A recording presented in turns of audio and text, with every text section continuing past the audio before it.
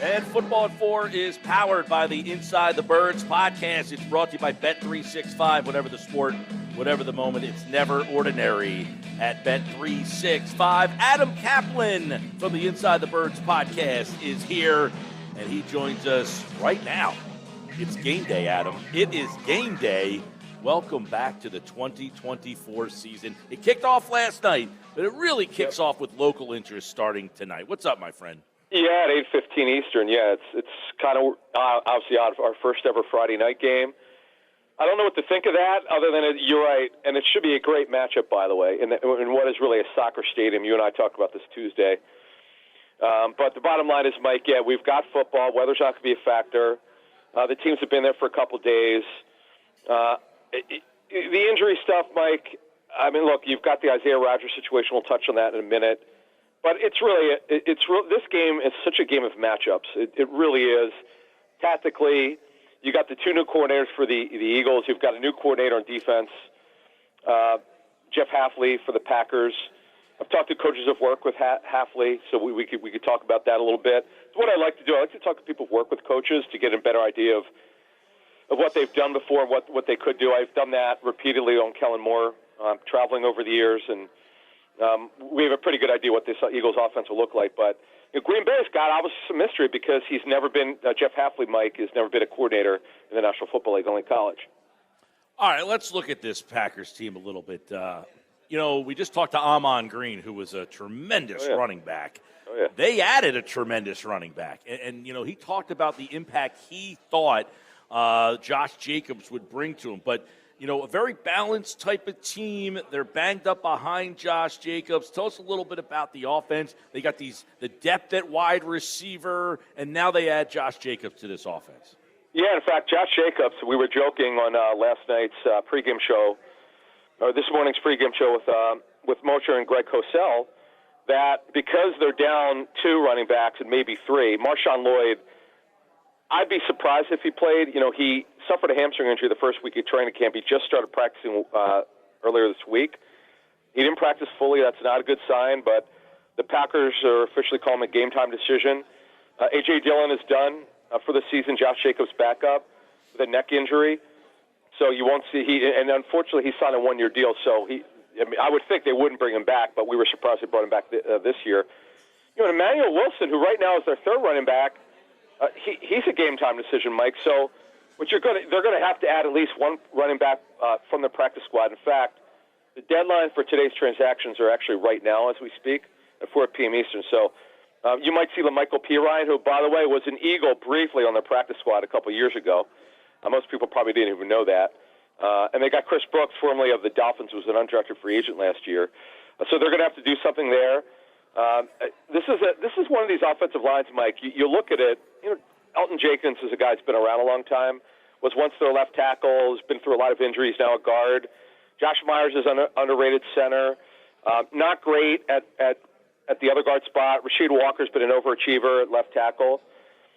And Andre Dillard, comically, is backing up a left tackle. It's just kind of funny how that's worked out. Who was paid a lot of money, made a lot of money with the Titans for 1 year, but it's not a very talented offensive line. But they're coached really well by Luke Butkus, a nephew of the late Dick Butkus, and they're well coached and well schemed. But they're very beatable. You gotta bring it. You gotta have a good plan to defeat their pass rush. And the other thing, Mike, is you cannot let Jordan Love get comfortable. We talked about this on our pregame show this morning.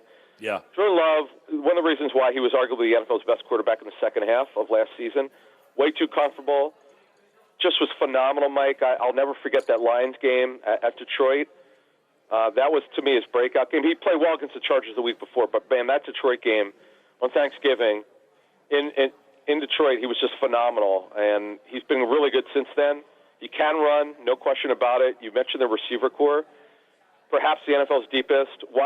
Now, and we'll talk more about the Eagles' defense in a couple minutes, but you got to be ready for Christian Watson. He is their 9-route runner. He's their deep threat. Dobbs is an intermediate receiver, number 87. Jaden Reed is their main slot receiver. He's one of the best young guys in the league.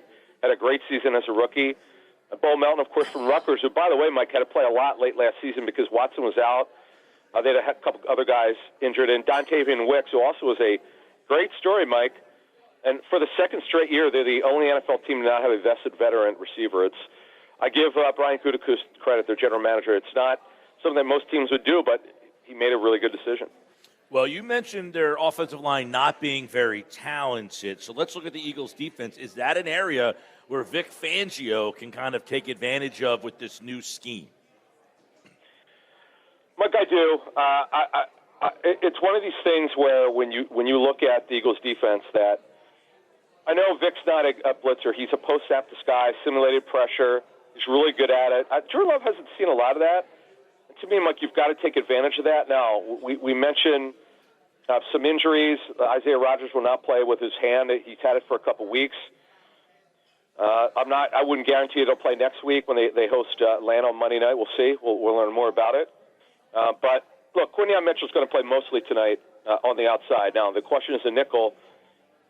There are only two choices. It's either Avonte Maddox or Quinyon Mitchell. We know Maddox has played his entire career as a nickel. Save for a little bit of safety, which he played in training camp. But bottom line is, Mike, they're fine. They're a corner. It's really weird. Last year we lamented how bad they were. This year they actually have depth. They could withstand losing Isaiah Rodgers, who's the fastest corner. Here's a question, though. Where's Cooper DeJean going to play tonight? Do we think he's going to play safety? That's a question, Mike. I'm interested to see. I mean, they don't want him to play safety. I'm sorry. Can he play nickel? Can he play the backup nickel spot? That's really what he would do. He's not going to return, I don't think. So that's something to keep what do they go, on. Ringo? What do they go, Ringo and Mitchell slides inside, or you go Mitchell on the outside and Maddox in the slot? I think the latter, Mike, is most likely going to be the case. Can't tell you if it's definitely going to happen, but the thing is that because Green Bay is so deep at receiver, it's one thing, Mike, if Green Bay was not good there and they weren't deep, although they don't play a lot of 11 personnel. It's very strange. We call them a balanced personnel grouping. That's something we've talked on about inside the Birds, gosh, for weeks now when we started to talk about the Green Bay game. But the Eagles at least have the personnel to match. But they drafted Mitchell, as we've now said, for 4 months to play outside. Yes, it's great that he could play inside for certain matchups. It doesn't mean, by the way, that he won't move around a little bit, which we don't know, Mike. From what we understand, they're going to play mostly sides, left corner and right corner, but there are certain situations you might want to have him cover Christian Watson.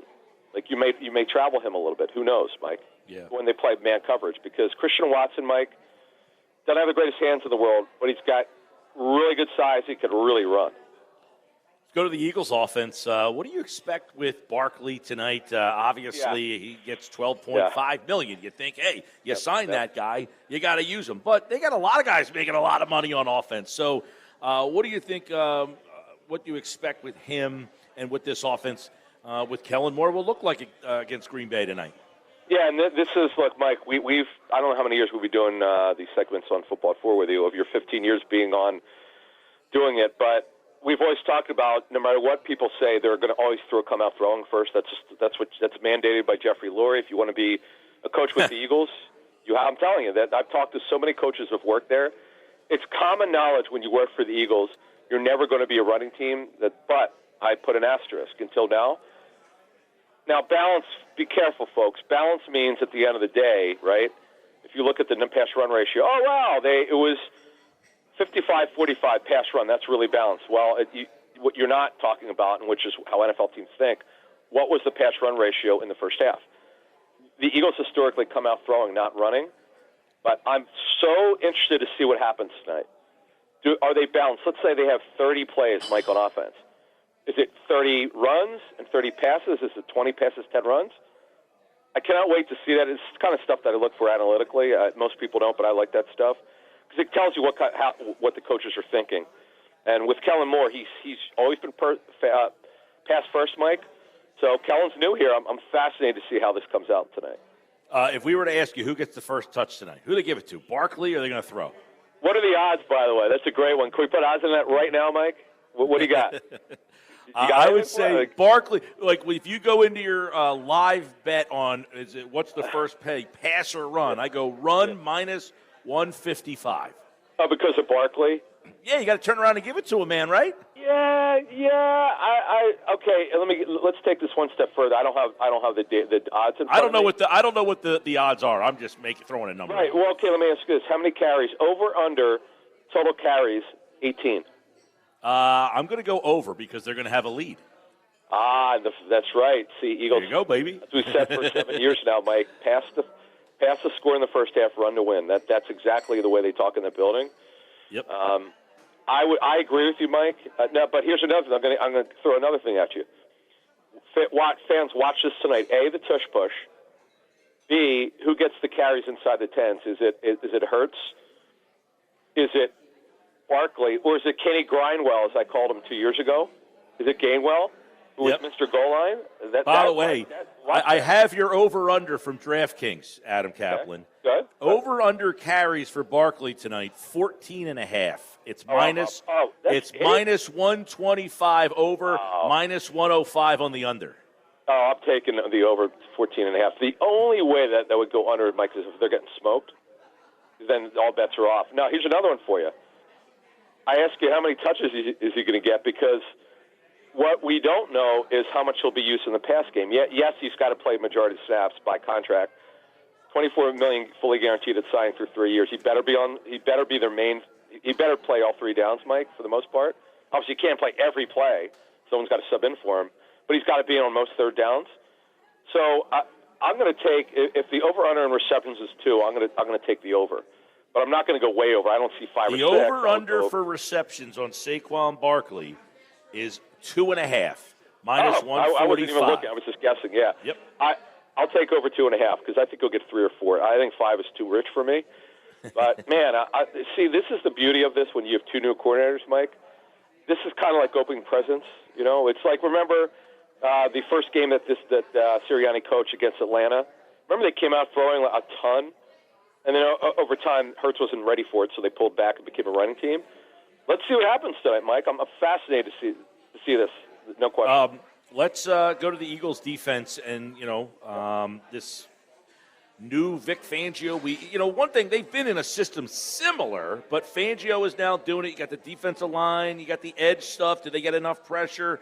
Nakobe Dean now at linebacker with Zach Bond, and then that secondary. So give us an overview on how this defense looks tonight against a very deep offense. Yeah, so basically what I saw in training camp is Milton Williams, Davis, and Carter were your 3-man line, which is it's a 34 front and also a 34 front with 2 overhangs. It makes it look like it's a 5-man front.